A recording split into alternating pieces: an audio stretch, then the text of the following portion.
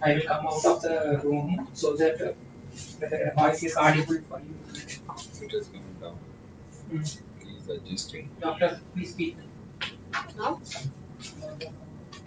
Good morning, friends. Today we have Dr. Nanda Gopal sir, who's an MDS, consultant of oral and maxillofacial surgeon with us. Good morning, sir. Dr. Nanda Gopal sir has have an experience of about 22 years in oral and maxillofacial treatments. Okay. Yes. It is only. Good morning.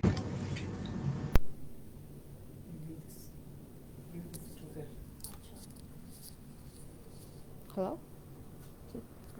Now. Now speak. Good morning, friends. Today we have Dr. Nanda Gopal Uragaru, consultant oral and maxillofacial surgeon with us. Dr. Nanda Gopal sir is having experience about 22 years in oral and maxillofacial treatments, who has worked as in National Health Services in UK about 10 years and moved back to India and worked as a professor in Mamata Dental College for about 13 years, had a national and international publications, and also worked as a National Joint Secretary in Association of Oral and Maxillofacial Surgeon of India, and presently he is a present president of Telangana State Association of Oral and Maxillofacial Surgeons. Good morning, sir. We welcome you. Today we have Dr. Nanda Gopal sir, who is discussing about the medical emergencies in dental practice. Over to you.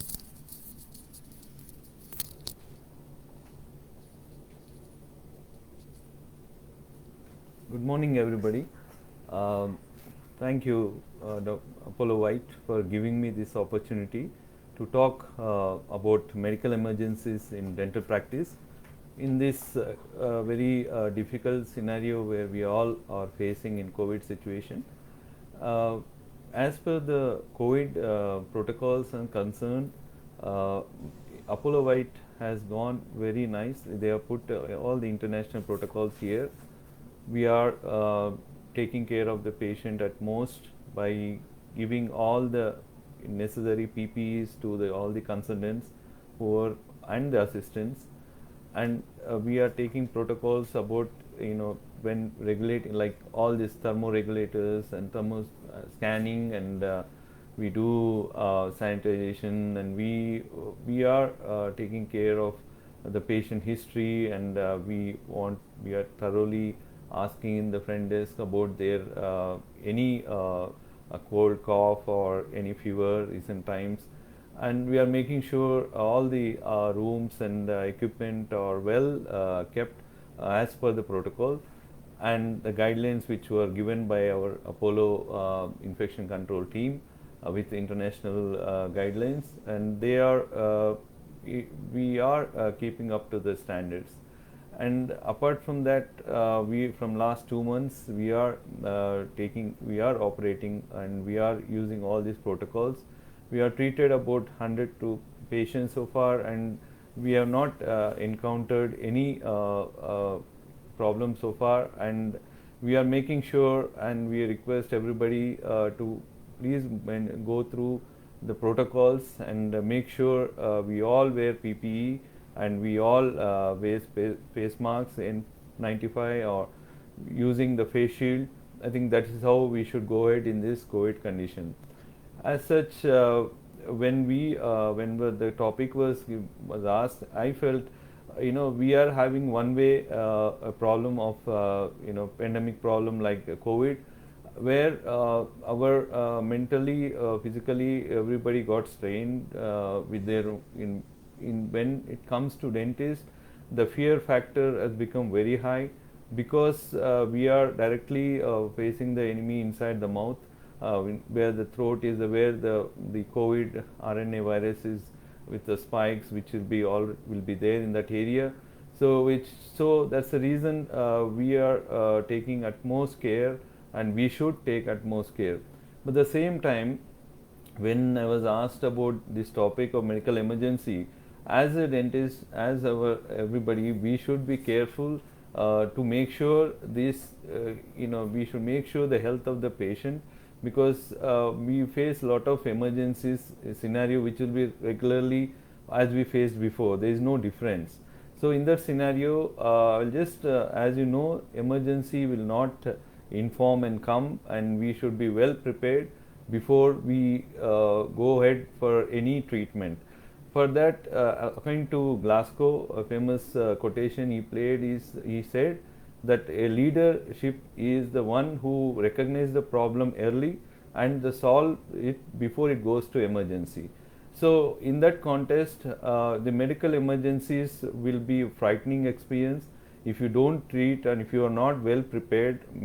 Basically, a doctor and a staff and the assistant, if they are not well prepared, it may lead to catastrophe.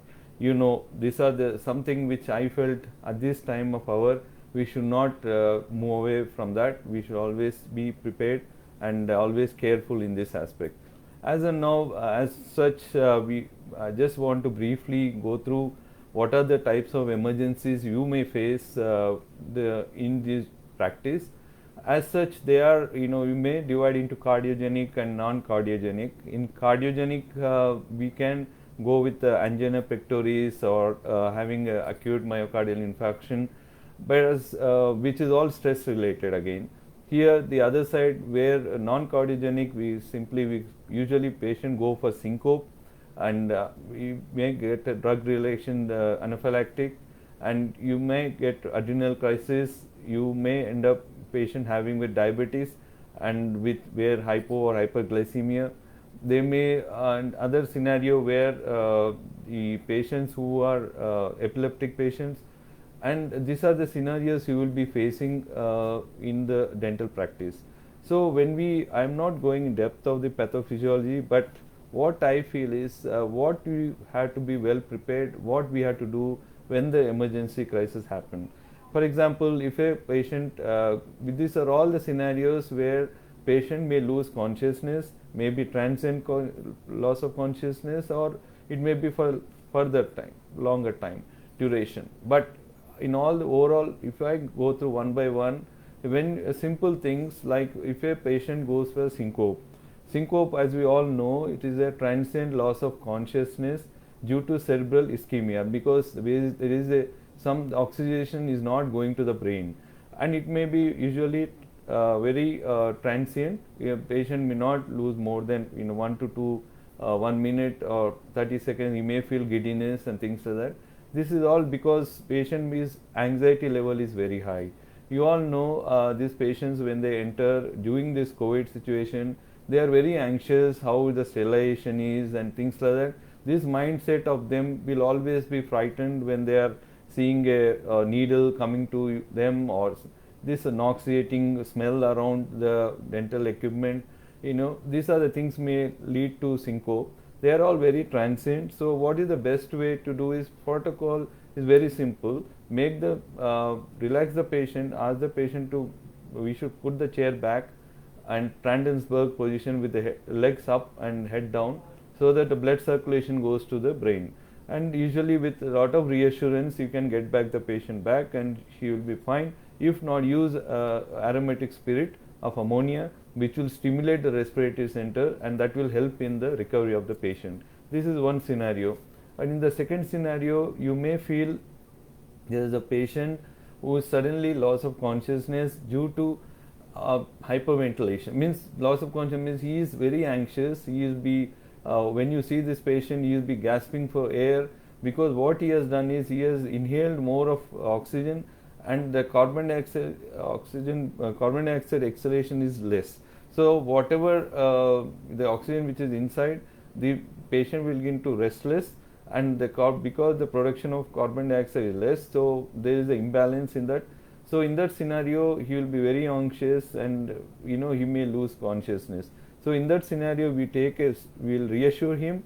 We take a paper bag and put him across his face. Very simple technique, where he inhales more of carbon dioxide, what is felt out, and it will come back to the lungs, and that will help in the balancing of the situation. That is one scenario. In another scenario, an epileptic patient comes to you, and it's important, we may expect, always be well prepared.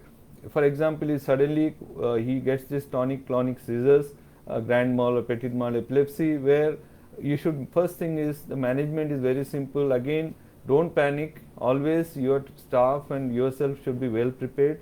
Make sure that it is all the any harmful things like instruments should be kept away, and you should be putting the patient left lateral position, and the tonic position where they may bite the things inside the mouth involuntary, it happens. So we should make sure nothing is there inside the mouth, and make sure the patient be reassured. Again, means in the sense of emergency situation, we should always give diazepam, which is 20 milligrams. We can give IM, and patient can be saved at that time. But always, once he is recovered, we should make sure he should be referred again to the physician for further treatment. When it comes to a scenario where the diabetes nowadays is very common all over India, and where we come across a lot of patients with known diabetic and some patients without knowing that they are diabetic. So always the history taking is very, very important.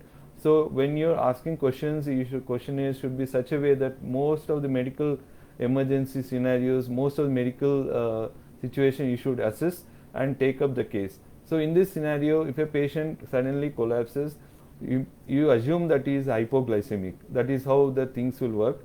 When you assume hypoglycemic, you have to immediately, same thing again, put the head down and maybe give some little bit of sugar drink, and make sure he recovers. Wait for some time. If he doesn't recover, sometimes you can use dextrose 25% also IV. If sometimes if he still if it is not recovering, then think about other alternative. If it is hyperglycemia, then think about going for insulin. So then again, the best thing is to refer them back to the medical fraternity and further care, because these things we don't know. If it is very high, the situation is when you remove the tooth, the wound healing will be delayed, and you will have a lot of problems regarding that. When it comes to a patient scenario like a asthmatic patient, most of the patient will make sure when you ask the history, they should have their Ventolin, their inhalers with them. In scenarios where sometimes suddenly if they go for asthmatic attack and like something like severe bronchial asthma, where you have to give them management is very simple. Again, oxygen is important, 100% oxygen, and make sure that they have been given salbutamol bronchodilators, where it will help for releasing the whatever the spasm they have in the lungs, so that their patient will come back to normal. Then again, the same patient, if you delay further, it may go into coma. So try to think about all these things in your mind when you're taking care in this scenario. Now next scenario, in thyroid patient, thyrotoxicosis is a scenario. So all the thyroid patient, make sure you get the treatment done in early morning times rather than putting in the late afternoon and things like that. So end of the day, even any thyroid patient also get the history properly. Once the patient is fallen down and your mindset will not be very clear, you will be in panicking situation. Don't panic. But always, when you get a proper history, if you know that patient is a thyroid patient, you could have got a medical fitness for him to go ahead for doing this surgery. Those things you should always be careful. In cases of sometimes the allergic to local anesthesia, suddenly patient may collapse. You may get choking and things like that. So in that scenario, the anaphylactic reactions may happen. So it's an allergy. So type 1 allergy, hypersensitive reaction. So you have to give adrenaline subcutaneously 0.05. So that may help. And again, you can give chlorpheniramine maleate, antihistamines, and hydrocortisone later on. Then if you go again a scenario where a patient has swallowed some foreign object inside his mouth and he get into choked. So this is very scenario where often patient as well as staff get panicked. Don't get panicked. First of all, be cool. See that if you can remove anything which is obstructing throat from your finger, it's fine, behind the tongue. If not, then you push the patient forward and you go back and compress the episternum from behind, and 2 compressions may push the whatever the foreign object coming out from the throat. And if the scenario still continues, then if it is a child, you have to tap from behind into the sternum. Then if it is still the patient is choking, always call for emergency and send him for the further medical management. Obviously, they will see where with the foreign object, whether it's in throat or it's gone into stomach, and usually because of the throat he is choking. So this scenario can be always assessed and stabilized properly. In case of cardiac scenario where you see a patient suddenly getting a chest pain, normal chest pain you can always manage. You should ask again, quickly ask if it is chest pain due to gastric pain, or whether it is chest pain due to radiating to left arm or sweating and things like that. When it's in this scenario, give him some aspirin, or first best thing is silver nitrate GTN spray, where it will help in vasodilation, and that will decrease the pain threshold of the patient, and he will recover. If it doesn't recover, you have to think about little bit myocardial infarction, where a patient has to be referred to immediately to higher center. Some scenario where the patient completely loss of consciousness, and first and foremost thing, all the staff, including the all assistants and everybody, should know basic life support. How to, if a patient collapse, how to recover him with basic ABC, airway, breathing, circulation, and with 30 compressions and 2 mouth-to-mouth respirations, you have to recover this patient. So these are the scenarios you briefly have gone through. I have not gone in depth over pathophysiology, but in overall, these are the scenarios mostly you will be facing. And in case of some other scenarios where the bleeding may happen, if you are not taken the patient, if you with local measures, if it is not stopping, and if it is still the patient is hypodynamic, you have to send him to a nearby hospital and do it in a proper scenario, and how to cauterize it and maybe ligation at the later stages. But what about how to prevent? What I felt is overall we should know how the prevention of all this scenario is. First thing is we have to physically examination. Case history taking is very, very important, and medical history is the must. And all this pre-anesthetic, for example, all this patient is psychologically very anxious, so we have to have the stress reduction protocols in the department, in our working place, where patient should be aware of all the things, what the procedures is going on, and the staff also should be well prepared. For example, well prepared means they have to give appointments to the patient in a very particular manner, where the patient comfortable to the patient and the doctor, and the timing should be such a way that patient should not be waiting in the waiting room for an hour, where the patient whatever the anxiety will be more. So try not to do that, we can avoid that. And one more important thing is all the staff members should know the importance of basic life support. They all should be trained, and mock drills have to happen every often, so that they are well prepared for the scenario, so that they can encounter any emergency without panicking. And all the emergency numbers should be displayed in the emergency rooms and in our wherever it is, and in the front desk office should be well aware to whom to call in emergency. And in case of a scenario where all these things and pre-medication is very important to the patient if he is anxious, so that we will have less stress to the patient and for the doctors as well. So these are the protocols which you should follow. And at the last, I always feel forewarned is, we should always be forearmed is forewarned. So we should always know that. Always do mock drills regularly, so that there is no miscommunication, there is no laxity in any part, and always safeguard your patient and yourself in this scenario. And end of the day, because we are going through COVID scenario, our mindset should be, at least I thought we should upgrade ourselves little bit, knowing about these medications and things like that.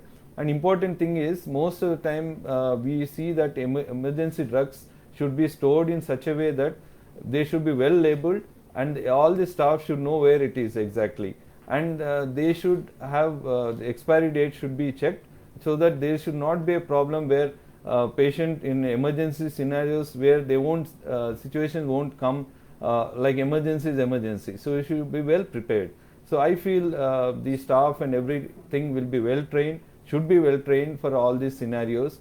And I think with these comments, I want everybody to just go through, refresh yourself regarding the emergency scenarios. And one last thing is about patients who are on warfarin or ecosporin, and always make sure that they have physical medical consultation, and INR, international normalizing ratio, should be 2, or depending upon the prosthetic walls if they had and things like that. And important thing is all this when they had any medical health, especially cardiac problem, if they had cardiac surgery for last 6 months, you have to wait. So these things are very important in pregnant women. Always make sure second trimester where we can do something. First and third we should avoid. These are the few scenarios I can go through. But with this, I thank you once more. I'll take some questions. I have some questions coming up now. Okay. So you're having some few questions. Okay. Our viewers has been asking. Yeah. So what will happen if bleeding doesn't stop? So the question was, what will happen if bleeding doesn't stop? First of all, we have to make sure. Important thing is ask them to bite a gauze. The pressure is the most important thing. First and simple technique is use some gauze, ask them to bite first. Second thing is ask them to get the blood test done, like clotting time, bleeding time. It's important to know how it is.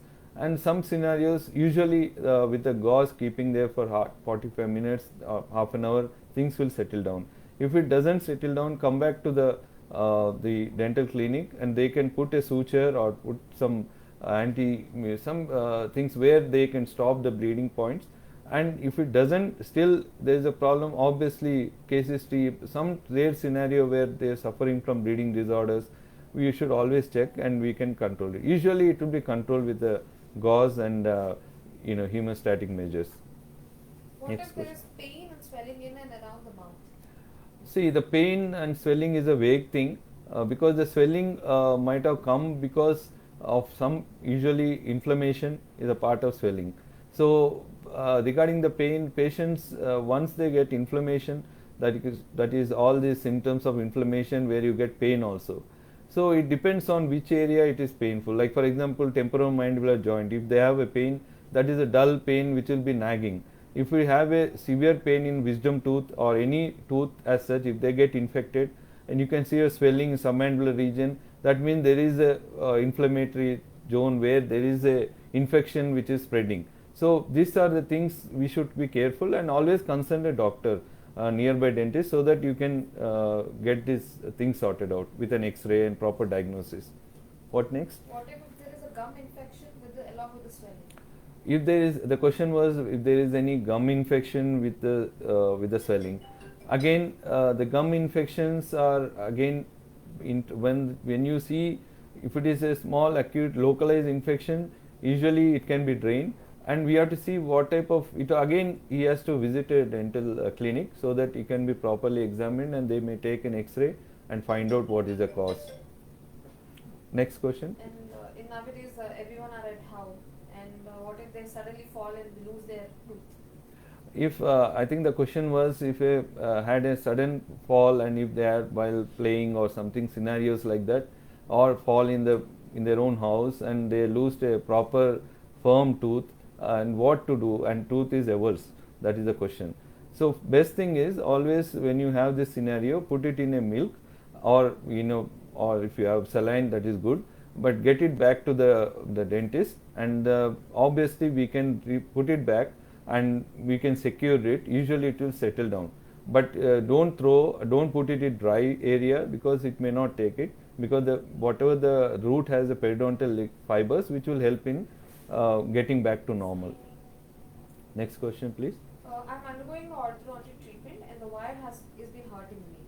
Okay, this question was she's undergoing orthodontic treatment and the wire is putting a pressure on the gum, cheek region.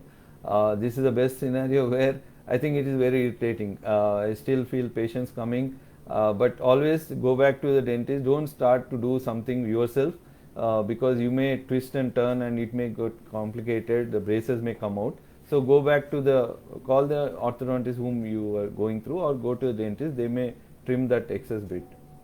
The patient is asking that they are using an aspirin tablet and she is having The question was a patient who is on aspirin, if we want the tooth to be removed.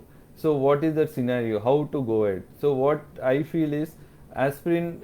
Some of the it is if the medical team or physician is telling them to take it, you should continue that. There is a recent guidelines. There is no harm in removing. The bleeding can also it can be controlled normally. But in case if the physician has advised to stop, then we can always go ahead and stop for 2-3 days and remove the tooth and come back to normal. We can go back to normal. A pregnant woman is asking doctor that whether she can visit, she's having a toothache, and whether she can visit the clinic in this COVID situation. Yes, we encountered in last 2 months a lot of pregnant women who have suffered a lot of tooth problem, especially tooth pain and infections and especially wisdom tooth problems. But what scenario, as I told earlier, a pregnant woman, a second trimester is ideal for us to do some procedure. But otherwise, we should go for symptomatic treatment with painkillers, antibiotics. Wait till say give a birth and then go ahead with the proper treatment. Now, next question, please. I am on steroids for a long time and I need to extract my tooth. Is that okay in this situation, or should Yeah. we wait? The patient is on steroids and they want to get the teeth out, tooth taken out. So I think in that scenario where a medical emergency, I was telling the patient with adrenal problem, adrenal crisis they call, where patient who is on steroid, ideally when the patient is on steroid more than 10 milligrams or 5 to 10 milligrams daily, you should cover them with a steroid injection. Like hydrocortisone we give pre-op beforehand 100 mg and then take up the case and do the less stress protocol so that patient will be comfortable. We can still do it. Okay. There is a diabetic patient. He is asking that he needs a dental visit to be done for his dental treatments. Is that necessary to come now, or should he wait? Yeah, there is a question was the diabetic patient was asking whether he can come now or in this COVID situation he has a tooth pain or he can postpone some more time. He's an elderly person. But what I feel is if your tooth pain is there, with all the COVID protocols we are following here, you can always visit with a proper, we will take care of it. And end of the day, you should not leave it for long. The infection may spread further, so it's better to come and get it checked with us and dentist, and then depending upon how your sugar level, we can go ahead with that. I'm a cancer survivor undergoing radiation therapy. I require dental treatment. Can I visit? This is a scenario where a patient who is a cancer survivor, he had a radiotherapy and chemo, and he has a tooth, mobile tooth, whether he wants to get it removed or not. What I feel is all these radiotherapy patients, usually they have more prone for osteoid necrosis, where the bone will be very fragile, the blood circulation will be very less, unless until it is grade 2 mobility and it has to go. Then if we remove, we have to give them antibiotics for 10-12 days as per the protocol in latest literature, and clindamycin is one which is commonly used, so that the healing will be better. I have undergone treatment before lockdown with a fracture of jaw. It is paining now. Can I visit?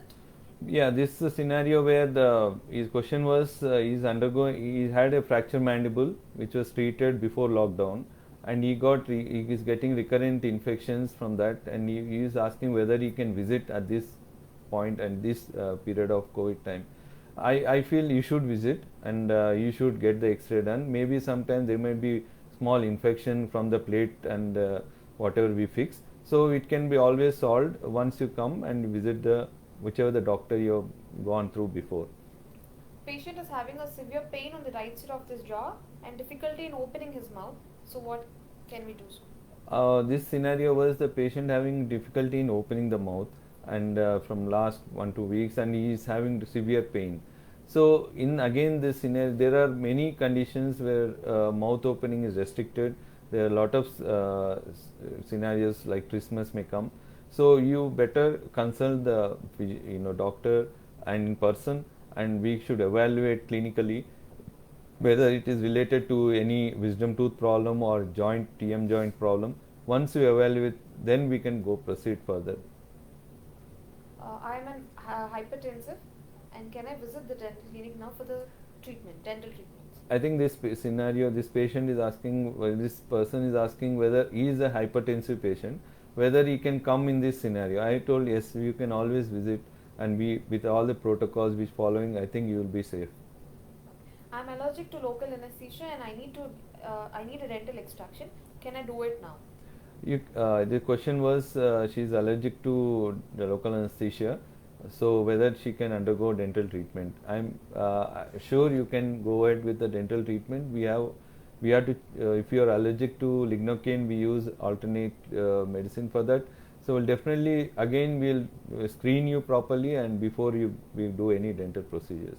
Many of the viewers are asking, sir, that are you following all the COVID protocols? This question was many of the viewers are asking whether we are following the COVID protocol. Yes, we are following COVID protocol. We are using PPE for both assistant and surgeon, and including all the rooms are sanitized, and every room we are waiting for it completely sanitized before we take up again. So there is a gap of 1 hour as per the protocol, and we are taking utmost care in this regard. And a patient was told that she has a cyst in the lower jaw before the lockdown, and she wants a surgery to be done now. Is that possible, sir? Yeah, there is a case. The patient is asking about. She had diagnosed with a cyst in the jaw. Whether it can be done now post lockdown at this scenario. I feel we should reassess if it is increasing in size. Definitely, you have to go ahead, and we are done a lot of cases in post lockdown as well in surgically. It should not be a problem. We will make sure that all the protocols are kept in place so that you will not have a problem. I think you should go ahead. Okay. Does your center have all the necessary guidelines for the COVID patients? Our center, the question was whether we have all the guidelines for the COVID patients in our center. Yes, we do have guidelines and we have proper protocols, and we have clinically we are doing at more every day. There is a check on that. There is a protocols are reviewed again, and all the staff are well trained to go ahead with this protocol so that there is no lapse in any person any part of time. A patient wants a treatment for the swellings for her recurrent ulcers in her mouth. The question was patient suffering from recurrent ulcers in her mouth wanted to get checked up. Yes, I think you should come because there are ulcers are different types. Some of them like aphthous ulcer, they come within a week. A viral, it may come a week or 10 days it will go. Minor and major aphthous ulcers will be there. There is a medications which will be given to them once they come with multivitamin, things like that. A lot of stress levels also very high. If the ulcer is continuous for 1 month or more, and if their weight loss is there, we have to do a biopsy. Obviously, we don't want to miss any other malignancy in this scenario. Some of our patients are diabetic and as well as a hypertensive, sir. So they're asking, is this anything infection at this time that they're having any risks of infections more in this COVID? Yeah, there is a question asked again, is a patient with a diabetic and hypertension. How is the risk coming to dental treatment? As I told you, if the situation where you have severe problem, where you feel you are comfortable, then you should come and visit the dentist. But if you have a doubt, I think you should think about it. Unless it is very much urgent, you should visit. But I'm sure if there is any infection where is long standing, you should come and get checked up. Okay. So a patient had a surgery before the lockdown and had stitches, and the stitches have come out. So is that necessary that there are any risks of infection, or should we remove the stitch and keep it like that? A patient had undergone surgery where the stitches are in place inside the mouth. She feels they are not dissolved yet, whether it is opened a bit and whether she has to come to visit, so that she is asking a question where there might be infection. Yes, as long as you keep it clean, there should not be infection, but still if you are in doubt, so you should visit and get it checked once. Many of there is a wrong perception that the dental treatments which are causing more and more in COVID virus transmission. So can you please tell that guidelines and please solve the issues? The patients nowadays are very much afraid to go to dentist because they are feeling that with so much media hype and everything, and the dentists are the more prone for infection because we are directly working inside the mouth and obviously facing this viral thing. So I think in this scenario, as per if you get, we are doing with lot of protocols, we take care of these patients. So I'm sure this fear factor will slowly go. But end of the day, as per the government protocol, as per our the Apollo White protocols which we are following, always maintain the social distancing and make sure that you are wearing the mask, because this is a droplet infection. It may spread. You might be a carrier or you might get infected. So always be careful. And my message to you all is, as per the instructions of what is happening, please take care of yourself, stay safe, stay at home, and make sure you continue this protocol. But if there is an emergency, please do visit your dentist. We are all here to help you out. We are all taking our protections, and we will take your protection as well. Thank you for this, giving me this opportunity. I hope I have given some knowledge. One last thing is, I have seen one more patients coming with a swelling, putting hot fermentation. If whenever there is a swelling in the infection in the tooth, there is a scenario where put lot of hot fermentation. That is a wrong concept. Please don't put anything hot or Gendu balm or anything which will accelerate this pain and swelling. Please avoid that. This is my last message. Thank you very much. Have a nice day. Stay safe. Stay at home. Thank you, doctor, Thank you. for sharing the information on the medical emergencies in dental treatment. If you wish to consult the doctor, call 1800-1020-288. And please do visit www.whitedental.com for the appointments. Thank you, doctor. Thank so you. much. Thank you. Thank you, Good day. friends. Thank you.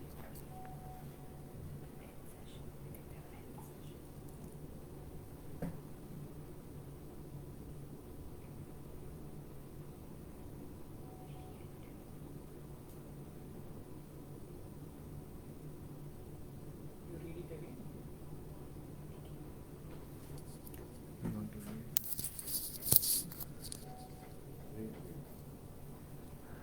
Thank you, doctor, for sharing the information on the medical emergencies in dental treatment in this COVID situation. If you wish to consult the doctor, please call on 1800-1020-288 and also visit our website www.whitedental.com for the appointments. Thank you, friends. Thanks for watching. Thank you, doctor.